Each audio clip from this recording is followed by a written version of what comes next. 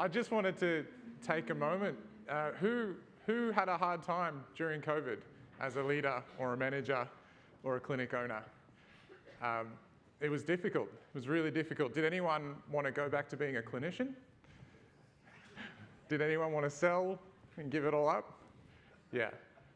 It was tough. I thought about it. Trading crypto, trading shares, IT, going back to uni. So I just wanted to acknowledge everyone, because everyone in this room are the innovators, the leaders. You made it through, you're the dreamers. So well done. And just take a moment to a round of applause for yourself and everyone being here.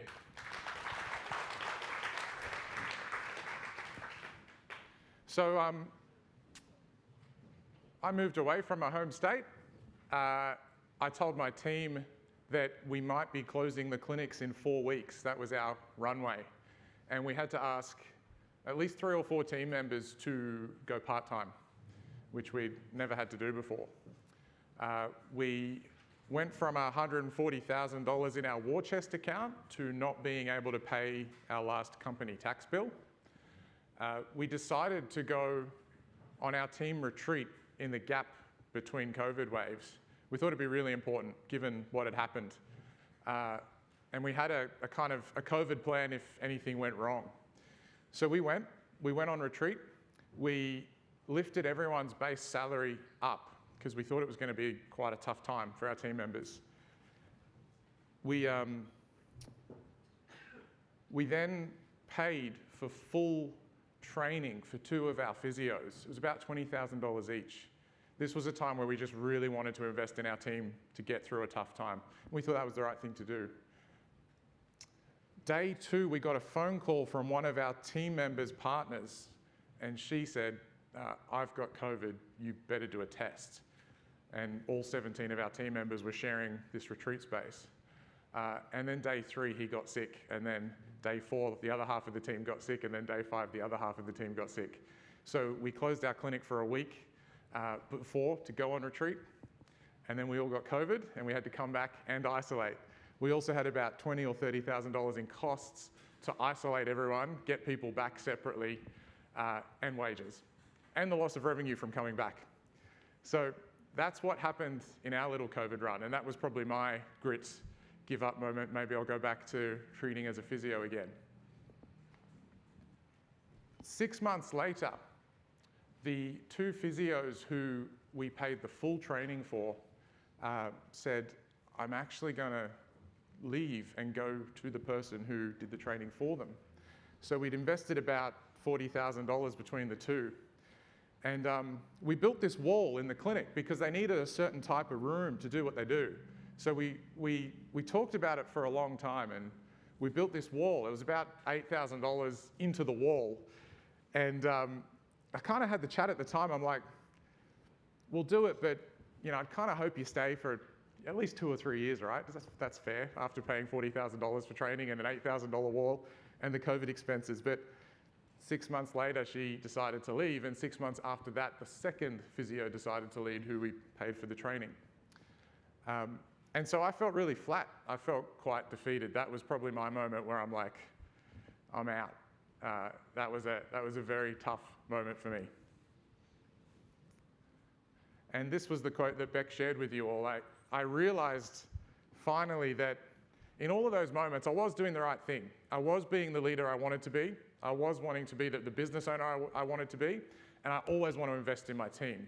And I want to take them to the places they want to go. And I want to upgrade the clinic.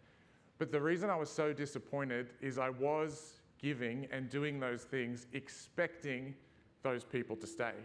And I even had the conversation, like, if I do this, do you think you'll be staying around for 2 or 3 years? And this has been the biggest mindset shift for me, and the biggest thing I've had to let go of personally that's taken me to another level with my leadership, is we want to do all these things and we don't need to expect anything in return.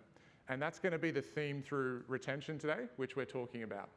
If your self-worth and your giving is reliant on people staying, and your self-worth is reliant on your retention number, it's going to be a poor strategy, because you will be disappointed, because team members are always coming and going.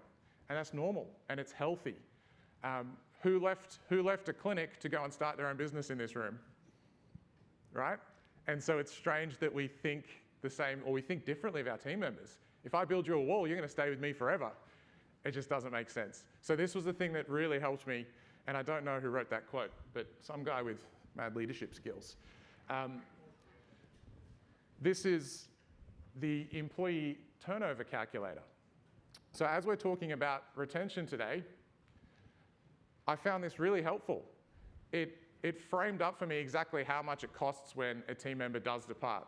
And it might help you to make some of those decisions around investment. And quite simply, I put in how many clients a week our team usually sees, 45. Our average spend is $95. That's how much revenue an average team member will bring in. Might take us 12 weeks to hire, sometimes even longer. You've got some advertising costs, and for us it takes about 52 weeks. It takes about a year to get someone to that full caseload. So I was surprised to find that $138,000 is what it costs each time a team member leaves. It's a really big number. And so I hope that shows you the importance of some of the strategies I'll share with you today around retention. So retention itself, I'm going to reframe this talk as to retention not being the goal, because we can kind of see it's unrealistic. I think on average now people are leaving their jobs every 2 to 3 years. So again, if you're tying your self-worth or your success as a leader or a business owner to retention, you will be disappointed. So I want to reframe for you that maybe the goal's not retention, but the goal could potentially be fulfillment.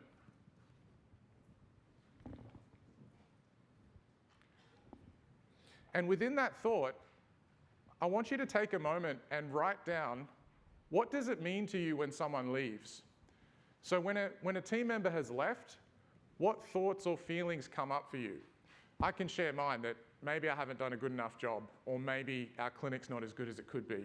So just take 2 moments with some music. What does it mean to you?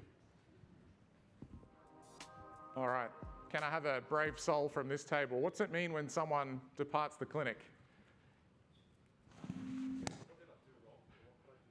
What did I do wrong? What could I do better? Exactly. And guess what? When we left our clinic, sometimes it wasn't anything we particularly did wrong. Sometimes we just wanted to start our journey as a business owner. I often thought, maybe I didn't mentor them enough. Maybe I needed extra weekly meetings with them. Maybe I didn't invest enough in their CPD. Most of those stories we're telling ourselves is not true about retention. So I want you to get comfortable with being the best leader you can be and investing as much as you can into your team without expecting anything back.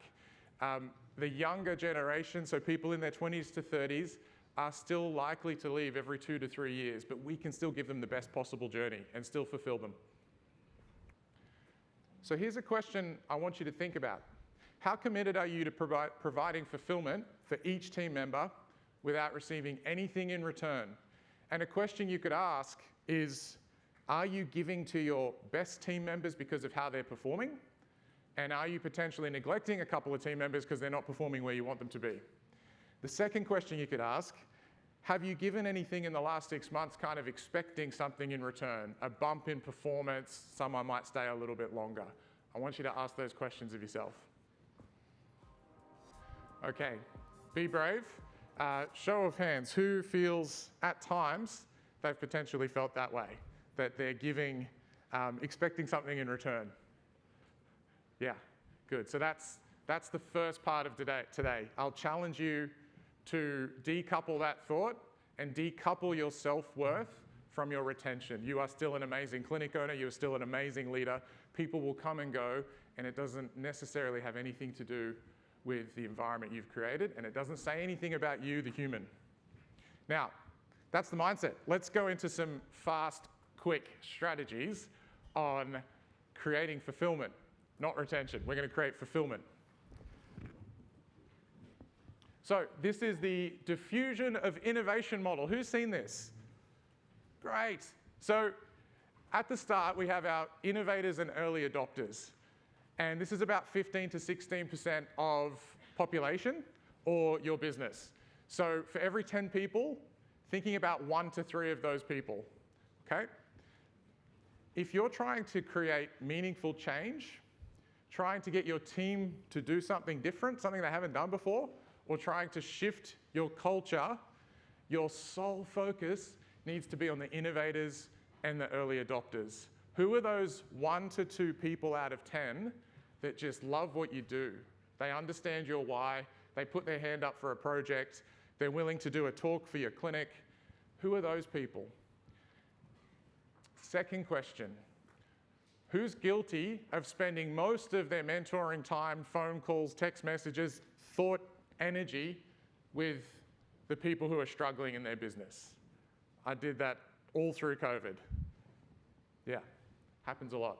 What we know is if we can get these people engaged, excited to do something new, to move the culture, to shift the mindset, the middle 60 to 70% will follow. And my realization during COVID was I was spending a lot of time with my lower performers, the people who were complaining about certain things, the people who weren't appreciative of the retreats and the COVID and the investment. And actually that pulled all my time and all my thought, and they were the people I was losing sleep over. And the biggest shift for me in fulfillment for my team and retention is spending as much time as I can with the top 16% of people in my team. And for those of you who have team members, they're probably the ones on your table. So it's really exciting that they're here.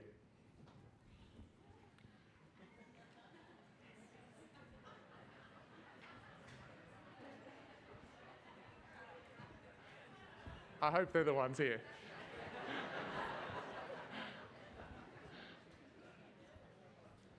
So this is strategy number 1 in retention, which we're reframing to fulfillment. We're always developing a leadership team and we're always working on the innovators and early adopters. And this is how you do it. If there's something new you're adding to your company or there's a culture shift you're trying to go through, you're going to find those early adopters and those innovators and you're going to enroll them. And you're going to say, hey, the team looks up to you. I want to run this idea by you. Can I get your opinion on it? How does that make you feel as a team member or as a peer or a colleague when someone says, I respect your opinion, could I get you to look at this idea for me? Makes you feel pretty good, hey? And then we're going to explain to them the why. So why are we doing this thing? Why are we going to do social media? Why are we going to do follow-up texts for our patients? Why are we going to do talks in the community? It links to this value. We're really big on educating our local community. Step 4, could you help me speak to this in front of the team? Could you speak to the pros and cons of this and the why of this in front of the team? And lastly, I usually get those innovators and early adopters to implement the thing. And when they implement the thing, they love it because they're innovators and early adopters. And I ask them to speak about their experiences to it. This does 2 things. It moves the middle 70% of your business, and it gets cultural and 1%er shifts and new things you're trying to do to happen a lot faster in your clinic. And the second thing it does is you're always developing a leadership team. And if you have a strong leadership team at your clinic, you can survive anything. This is us on retreat. And the reason I like this photo so much is it actually captured our innovators and our early adopters. And we're a running clinic, so it's such a beautiful photo. Josh has been with us for 4 years. Mike has been with us for 8 years. We've been in business for 9. Mitch has been with us for 7. Roy's been with us for 5 and he's buying in this year. And Michael's been with us for 5. And these guys are our early innovators and adopters. And the interesting thing is we have lost quite a few team members in the last 2 or 3 years, but not these guys. These are my innovators, and this is my leadership team, and I can do anything with these guys. And I want you to think about who are those 4 or 5 people in your team that are going to stay with you and roll out that process with them. Here's strategy number 2. I've had a fair few calls in the last 6 months, and the question I'll ask is, can you describe your pay model to me? So how do your team members get paid? And most of you can't, which is a problem. And the reason that's a problem is what I realized is a lot of my team members didn't know how much they were earning in a year. But it was really clear to us because we've spent a lot of time with our pay models. It might be a rewards model, it might be a bracket model, it might be a straight percentage. Really clear and easy for us because we built it on our mentoring calls. And what I realized for fulfillment and retention is when people have left our clinics for pay, and there were a fair few people in this room who said, but actually they would have earned more if they stayed here. Now that was really strange to me, and what I realized is we weren't providing extremely clear pay pathways for our team. How much are you on track for this year? And how much would you be on track for if you continued at this performance? And how much could you earn if you continued at this performance? I'm going to give you an example so you can see what that looks like. This is a busy slide. I want you just to focus on this bottom left. One of the actions for today, if you don't have extreme clarity on what your team members get paid, I want you to write it down in the simplest dot form possible.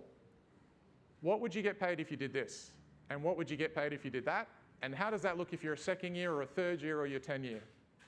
And what's really interesting is we've got a fair array of pay models in this room, but I'm not sure how many of your team members could recite that exactly and how many of your team members would know exactly what they're on track to earn and how they're going to earn that. This has been transformational for us, and it's stopped actually a couple of beautiful things. I never have to have a pay chat anymore with my team members, and they're pretty difficult and awkward conversations. For us, imagine how they can make team members feel. They're usually thinking about that for 2 or 4 weeks, and they're quite nervous about it. So because this is really clear, it means we never have to have that awkward chat. The team members are never anxious and nervous about it, and they always know exactly what they're going to earn. And it stopped people leaving saying, I'm leaving because they're paying me more. And this is just an example of going through 3rd, 4th, 5th year. So even if you're on percentage, you can do that for 1st, 2nd, 3rd, 4th, 5th year. Even if you're on a reward model, you can do that for 1st, 2nd, 3rd, 4th, 5th year. Really writing it out nice and clear, nice and explicitly. There's a second thing that just came for me there. It's not on the slides, but something we implemented was each month we send our team members, it's a little Google slide, and it says, this is how much you've earned so far year to date, and this is how much you could earn if you keep tracking on this performance, and this is how much you could earn if you did this performance. And that's been quite transformational. I realized before last year that my team members had no idea what they're about to earn. And then so you've got to imagine another clinic coming to them and saying, hey, here's a $100,000 offer, and it's really clear for them. And that's a lot of the times why team members leave. Yeah, the question is, do we split that up on the Google slide? Yes, we do. So we show them their base salary and their rewards on top, but mostly the thing that's important to them is their year-to-date total and how much they could earn if they kept going. So they just want to see that number nice and clearly. We have a few implementation sessions, so if anyone's getting some ideas or wants some help with that, that'll be a really good thing to work on. The second thing that our team members want for fulfillment and retention, and maybe a reason why previous team members have left, is because the roster's better. Or maybe they're leaving to corporate because they know they're working 9 to 4, 4 days a week. That's been a big reason I've heard team members leave. And it's the same thing. Extreme clarity in roster and progression. Most people in this room have a progression, but I'm not sure how often we place it in front of our team and how really clear it is for them. So I'm going to give you an example of how clear we made it for our team. We just went into Canva. Now we're just going to look at the right side. We just said, this is potential roster when you start. And then we went on to this slide, and it's like, if you are doing X, we would be fully comfortable with you moving to a roster that looks like this, 2 short days and 2 long days. Really explicitly, do you have it that clear, the roster that your team members could progress to? And are you reminding them? Another thing I realized is 3 years ago we did this with our team and we hadn't revisited it since. So we had all these team members that didn't really know exactly what they could earn and how they could progress to a roster like that. That puts at massive risk when someone from corporate comes to them and says, here's 100K for working 4 days. Because our team weren't clear on what they could earn and how they could do it. And this was a final progression of our roster, which is called the blocks. The blocks are 4 days, nice and efficient, come in the morning, finish in the early afternoon. So the block roster is the end goal for us. Yours does not have to look like this. The idea is providing clarity for your team. Clarity in learning. The third reason team members leave, whilst we're talking about retention, is mentoring structures, rhythms, and systems. We've heard that a lot around CM. So are we really clear on what we provide our team? And this is an example. Every month, our team members get a Google slide that gets sent out. They get excited about it, and it's got very clearly what the 4 sessions are for the month. So if you're a physio in the room, you probably get quite excited about this, but that's really exciting for young physios. Hey, we're gonna have a guest speaker, like the best in the world, talk about tendons. We're gonna have our titled physio show you the benchmarking for Force Platform. We're gonna have some women's health education. Most of us in this room have a wonderful CPD program, but I wonder how clear and how often we put it in front of our team. We got to the point where one of our team members, Courtney, was sending this slide out to her friends and saying, come and work for us, look at this CPD program. We all have a CPD program that good, but is it that clear? So the idea for retention or fulfillment is clarity. How clear are you on your pay, on your roster, and on your CPD program? For us as leaders,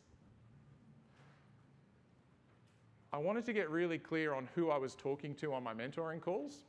So this was a strategy that I've been working on. We've all done Myers-Briggs or DISC or love language, one of those personality profiles. We simply created a sheet which every time I'm about to jump on a mentoring call, I can look at the sheet, I can look at the tab of my team member, and I can see their DISC profile, their Myers-Briggs, and their love language. And it puts me in a really good frame of mind to know who I'm talking to and what they're gonna really enjoy and what they're gonna really receive well. I didn't realize that some people found compliments so uncomfortable. So we had a couple of high performers and I was like talking about them in front of the team, you're doing such a good job. And I realized how uncomfortable that made them because it was their lowest love language.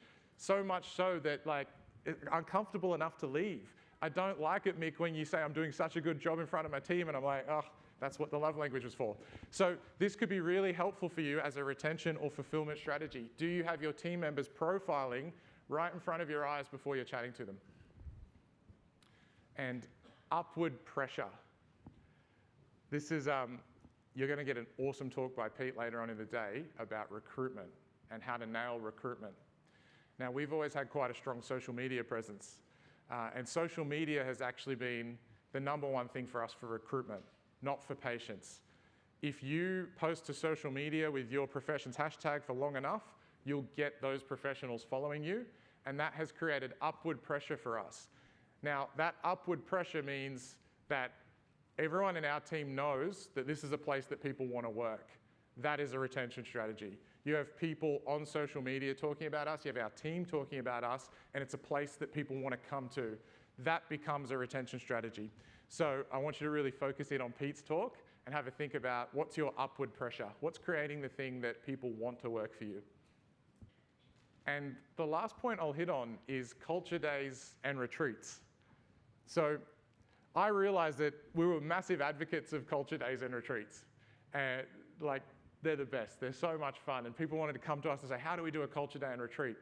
But what I didn't realize is the most valuable thing was the feedback that was not so nice. And when you get that feedback, which happens on culture days and retreats, the radical candor, that feedback is gold. So your retreats and culture days are not about having the best time ever and paying for dinner and paying for drinks and hanging out. Use those retreats and culture days to get that feedback and then relentlessly implement it. So I'm wildly interested in the negative feedback. That is a gift from retreats and culture days. So just to reframe around that. We've all got beautiful systems in our clinic, and we've all got a rhythm that we follow. And the last thing I want you to consider is particularly a newer generation of workforce, they love to be treated as individuals. And this has been a real challenge for us in business. We've created these wonderful systems and these wonderful rhythms, but you've got 10, 14, 20, 30 individuals that also want to be treated differently. So in your mentoring sessions, I want you to keep getting that feedback. What's working well, what's not working well, and how can we improve this for you? And we've created separate channels. This has been a great strategy for us. Separate channels for each of our team members. I'm just going to go back to the Slack slide. And every time I meet with my team member, I'm figuring out what's 1 or 2 things missing from their week. And I go straight to that Slack channel and we put that feedback in there.